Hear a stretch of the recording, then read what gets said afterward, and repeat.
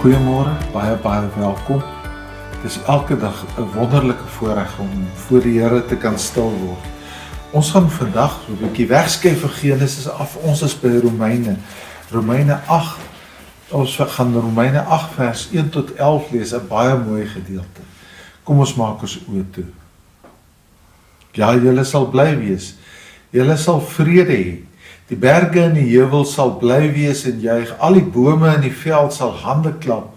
Daar sal sipresbome en mirtebome groei, waar voorheen doringbosse en brandnetels was. En almal sal weet dat die Here dit gedoen het. Here, dis alrede hoekom ons hier bymekaar is. Amen. Genade en vrede vir jou van God die Vader, Jesus Christus die Here, deur die werk van die Heilige Gees in ons lewe. So ek wil jou nooi, sê, kom ons maak ons Bybels oop by Romeine 8. Romeine 8 vanaf vers 1. Dit is die woord van die Here. Daar is dus nou geen veroordeling vir die wat in Christus Jesus is nie. Die wat die wet van die Gees wat aan jou in Christus Jesus die lewe gee, het jou vrygemaak van die wet van sonde en dood. Wat die wet nie by magte was om te doen nie, omdat dit weens ons sondige natuur te swak was, dit het God gedoen. Hy het met die sonde afgereken, deur sy eie seun in dieselfde gestalte as die sondige mens te stuur, sodat die sonde in die sondige bestaan van die mens veroordeel. Nou kan ons aan die eise van die wet voldoen. Ons wat ons lewe nie deur 'n sondige natuur laat beheers nie, maar deur die Gees. Die wat hulle deur hulle sondige natuur laat beheers, hou hulle besig met die dinge van die sondige natuur. Maar die wat hulle deur die Gees laat beheers, hou hulle besig met die dinge van die Gees. Die dinge waarmee die sondige natuur van die mens hom besig hou, loop uit op die dood. Maar die dinge waarmee die Gees hom besig hou, bring lewe en vrede. Die dinge waarmee die sondige natuur van die mens hom besig hou, is immers vyandskap teen God. Die sondige natuur onderwerp hom nie aan die wet van God nie. Dit kan trouens nie. Die wat hulle deur hulle sondige natuur laat beheers, kan nie die wil van God doen nie. Julle word egter nie deur julle sondige natuur beheers nie, maar deur die Gees, want die Gees van God woon in julle. As iemand die Gees van Christus nie het nie, behoort hy nie aan Christus nie. Omdat Christus in julle is, gee die Gees in julle die lewe op grond van God se vryspraak, hoewel die liggaam vir die dood bestem is as gevolg van die sonde. Omdat die Gees van hom, deur wie Jesus uit die dood opgewek is, in julle woon, sal hy deur wie Christus uit die dood opgewek is, ook julle sterflike liggame lewend maak, deur sy Gees wat in julle woon. Ons lees tot daartoe saam. Wat 'n mooi gedeelte. Paulus is altyd bietjie sterk, né? Sy taalgebruik is lang sinne, dit is ingewikkeld. Maar ek wil begin met 'n verhaaltjie wat ek nou in die week gehoor het, iemand vir my gestuur het. So ek kry toe vir my 'n nuwe motorkar. Man, maar dit is vir jou 'n blinkstefans. Ja, jy sal my nie glo nie. Toe begin ek moet nou hierdie dinge reg doen, soos dit almal sê reg is. So ek kry die motorkar, ek vat sy handleiding. Ek weet nie of jy al gekyk het in daai dingetjie wat jy in die mossienes voor in die motorkar kry nie. Jy kry so 'n dik boek, en dan kry jy 'n dunner boekie, en dan kry jy so kaartpapier wat jy kan oopvou, dat net die nodigste verstellings is. Ek vat toe die dik boek, en ek het hom nie deurgelees nie, ek het hom deurgewerk. So toe dink ek nie, ek ken my motorkar. En toe ek die knoppie druk om te start, toe gebeur daar niks nie. Toe lees ek weer die handleiding deur, en ek druk weer die knoppie, en daar gebeur niks nie. Toe lees ek weer die handleiding, en ek ken die handleiding, en ek druk die knoppie, maar daar gebeur niks nie. Weet jy wat? Soos daai engine stikkend was, so staan ons voor God. Sonde het ons kom stikkend maak. Heeltemal stikkend. Soos wat 'n werktuigkundige dan 'n nuwe engine in hierdie nuwe motorkar inbou, en dit as ware weer 'n nuwe motorkar is. Wel, ek kan vir jou sê, toe die nuwe engine ingesit is en ek druk die knoppie, Dis dit 'n heel ander geluid wat daar van onder af kom, 'n heerlike dreuning. So is ek en jy ook voor God. Dit help nie dat ons sê, maar ek sal maar net myself aan mekaar plak en om God te dien nie. Ons is gebou, ons is ontwerp. God het ons beplan om hom te aanbid, om in 'n liefdesverhouding, 'n naby verhouding met hom te leef. As jy nou dink aan Adam en Eva, het saam met God gewandel, hulle het hierdie hegte verhouding met God gehad. Dit was vir hulle lekker om in die aand saam met hom in die tuin te wandel. Selfs na die sondeval end aan, toe God Israel verlos het, gee vir hulle die 10 gebooie en sê, doen dit, leef so, hier's my handleiding, leef so, dan kan ons in 'n hegte verhouding leef. Maar sonde maak dat niks werk nie, die engine start nie. Sonde beteken, om sonde te doen, beteken om jou doel te mis, en jy moet dit baie mooi hoor.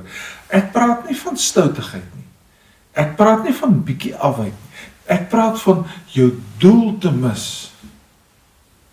Afwyking van God se plan. Dat ek nie meer op die plan en lyn is wat God daar gestel het nie. Nou kom hy in vers 2 tot 3 en hy sê, ek wil vir jou dit duidelik sê, Jesus het betaal vir jou sondes. Die Heilige Gees het 'n nuwe engine in jou motorkar ingebou.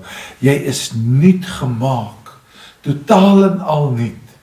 Jesus het betaal vir al jou sonde.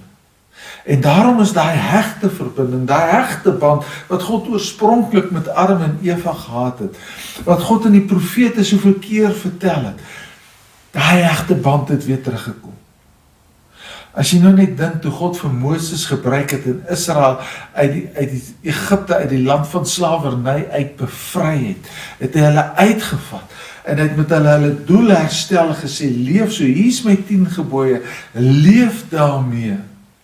Hy het selfs hulle geleer om offers te bring, sodat hy betaal vir sy sondes, en sodat die verhouding herstel kan word. En dit het nie gewerk nie. Dit kon nie. Want as jy die knoppie druk, is die engine dood. Daar moes 'n totaal nuwe begin gemaak word. En daar kom die Messias. Jesus die Christus, die gesalfde, hy wat van lankal af beloof is, en hy gee homself, en hy bring die volmaakte offer, hy betaal vir al ons sondes.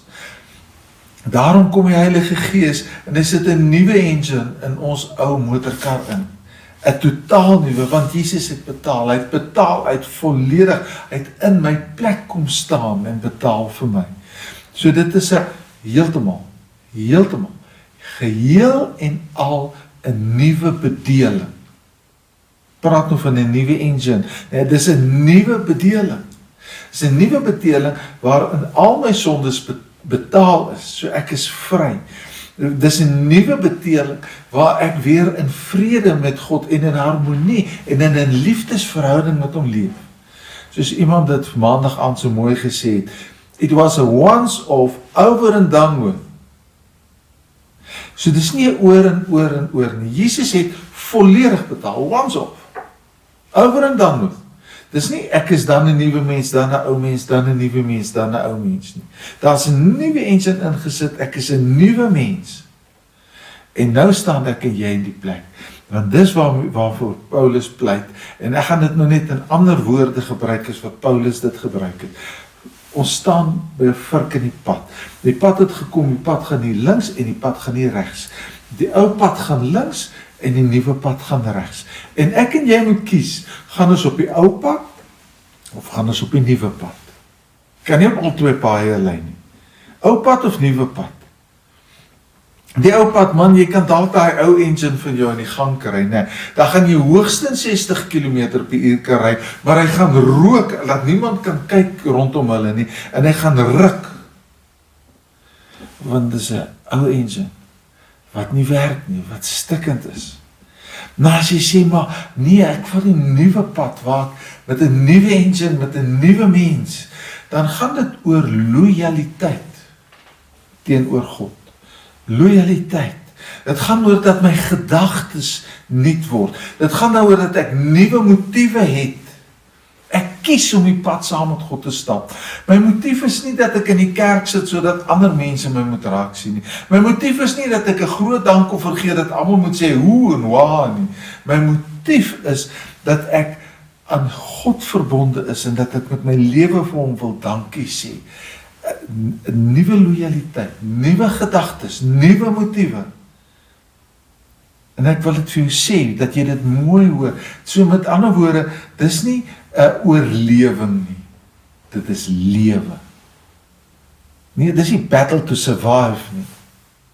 Dis lewe. Lewe in die volheid. Dan kom die Heilige Gees in ons woon, en soos hy die nuwe engine in ons bou, so begin ek leef, want daar's vrede tussen my en God.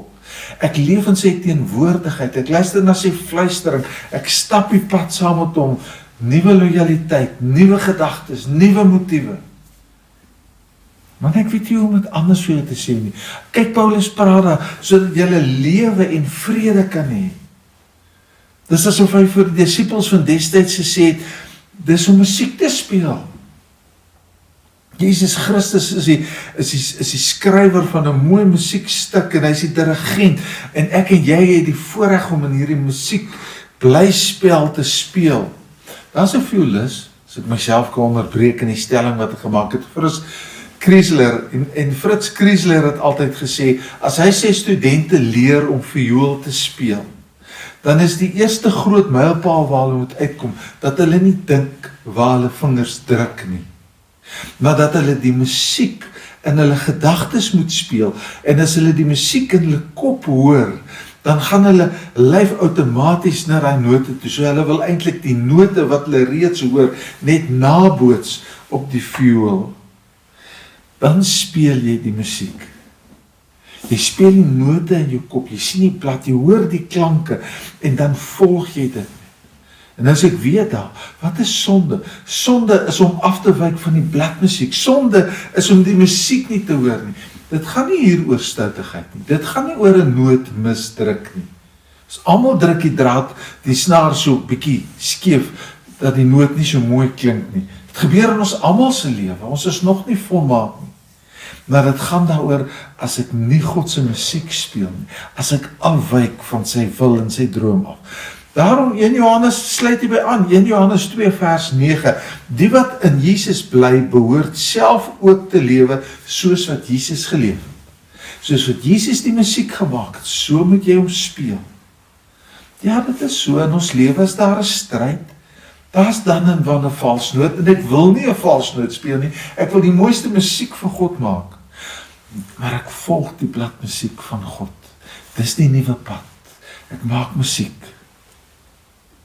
So, hierdie motorkar met sy nuwe engine, onder nuwe beheer, hy's nuut gemaak, is 'n nuwe engine, weet jy wat, nou werk die handleiding.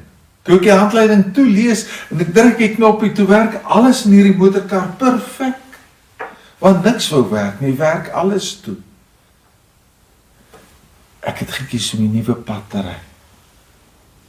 As 'n ou fliek, White Fang, dink jy het hom al 100 keer gekyk, ek het 'n paar keer al. Dis 'n jong seun wat 'n hond gekry het, wat halfte hond en halfte wolf is, en sy pa het vir hom gesê, hy sal die wild nooit uit sy hond uitkry nie, die hond sal altyd wild bly. En toe het hy hom laat eendag in 'n hoenderhok gemaak. Toe wil hy eers die hoenders doodbyt, toe het hy vir hom gewys, nee, jy byt nie hierdie hoenders nie. Hy het hom in die hoenderhok toegemaak. Nou kyk hy vir White Fang. White Fang het net gaan lê en gaan slaap. Hy het die hoenders geïgnoreer, dat hy hulle nie sien nie, dat hy nie aan hulle dink nie, dat hulle nêrens in sy lewe funksioneer nie. Toe hy later die hok oopsluit, toe hardloop hy hond buite rond, en hy jaag en hy spring en hy lag, maar as hy tussen die hoenders kom, daai hoenders bestaan nie vir hom nie. Soos binne die wil van God. As daar goed kom wat nie God se wil is nie, weet ek nie daarvan nie, ek dink nie daaraan nie, dit bestaan nie vir my nie. Ek vertel nie vir iemand in die donkere kinderstorie daaroor nie, niks, dis nie gedagtes wat by my opkom nie. Want wat ek nou wil, my lojaliteit lê by God. Ek wil wat Jesus wil. Ek maak die musiek wat Jesus maak. Ek ry die pad wat Jesus ry. En nou kom die leiding van die Heilige Gees en hy leer my die musiek van God, die allermooiste note. So leer hy vir ons van die vrug van die Gees. En sê oor in Galasiërs 5:22 praat oor die vrug van die Gees. Daar sê hy, teen sulke dinge, die wet van God, niks nie. Die handleiding sê, dis wat jy moet doen. Maar nou kan ons dit doen, want die Gees het ons nuut gemaak. Kan jy hoor waar lê gehoorsaamheid? Gehoorsaamheid is nie 'n pyn nie. Gehoorsaamheid is om die musiek van God te hoor. Dis om die musiek in die Bybel te lees. Dis om deel te wees van God se orkes en die mooiste musiek saam te maak. Toe hoor ek nou die dag, hier word nou motorkarre gemaak met 'n engine waarborg van 1 miljoen kilometer. Ja, regtig? 1 miljoen kilometer? Waar? Dan glimlag hulle en sê, goeie ingenieursvernuf en goeie olie. En die olie sit ek by. Want ek het agtergekom, baie van die ouens wil spog oor hulle engines, eintlik is dit die olie wat verbeter het. Maar ja, dis wat gebeur. As God jou nuut maak, nie in 1 miljoen kilometer nie, iets ouer en dan ook, vir altyd en altyd, die ewige lewe, sal jou engine hou. Dis hoe God ons nuut maak. En dan kom gee God nuwe olie, die Heilige Gees kom, en hy laat hierdie engine loop. Hy maak dat alles mooi loop in ons lewe. Hulle het 'n interessante ding agtergekom met toetse, 'n ou wat goed stories vertel, 'n goeie storieverteller. En die manier waarop hy vertel, vir ek en jy as luisteraar na iemand wat 'n storie vertel, ons breingolwe begin sinkroniseer met die breingolwe van die storieverteller. Dan word ons breingolwe dieselfde. En toe besef ek, daar is die storie van die Bybel. Dat my breingolwe eintlik by God se breingolwe sinkroniseer by hom aan, en dat ek dan lewe en vrede het, wat Paulus hiervan praat. As ek nou weer terugkom by Chrysler, die violis, dan skryf hy op 'n punt en hy sê, ek het nie die vaagste bewustheid van wat my vingers doen nie. Ek luister na die musiek in my kop en ek probeer dit naboots in die klanke in my ore sê vir my of dit reg is. Maar ek fokus nie op my vingers en waar hulle druk nie. So dit kan gebeur dat my vinger bietjie misdruk, maar ek fokus so op die musiek. Dis die doel van God, om God te verheerlik. Want ek wil so naby as moontlik aan die oorspronklike musiek speel. So kom ek en jy begin so leef. Kom ons maak die mooiste musiek. Here, baie dankie vir die kosbare woord. Dankie vir die klanke, vir die nuwe lewe, vir alles wat U vir ons kom gee. Here, ons wil U net loof en prys vir die goedheid en die grootheid. Daarom wil ons vra dat U meer word en ons minder. Daarom wil ons vra dat U in ons lewe sal werk. U wat ons nuut gekoop het, dat U ook vir ons instrumente van besonderse diens sal maak in die koninkryk. Here, in hierdie tyd waar dit koud is, dink ons aan hulle wat siek is. Ons dink aan hulle wat swaar kry, wat pyn het. Ons dink aan hulle wat koud kry. En wil U vir hulle baie genadig wees en vir hulle vashou. Dankie vir al die liefde, dankie vir U sorg. Ons loof en prys U tot in ewigheid. Amen. As jy vir die Here wil dankie sê, wil ek jou nooi en sê, jy kan jou dankoffer vir die kerk inbetaal, elektronies, daar's allerlei maniere. Jy is baie welkom, ons sal dit dan weer in die koninkryk van God op die regte manier gebruik. So nou wil ek jou nooi en sê, ontvang die Here se seën. Hy wil sy hand op jou skouer sit en sê, ek gaan saam met jou in hierdie tyd in. Mag die genade van die Here Jesus Christus, mag die liefde van God, mag die teenwoordigheid en troos van die Heilige Gees altyd by jou wees. Amen.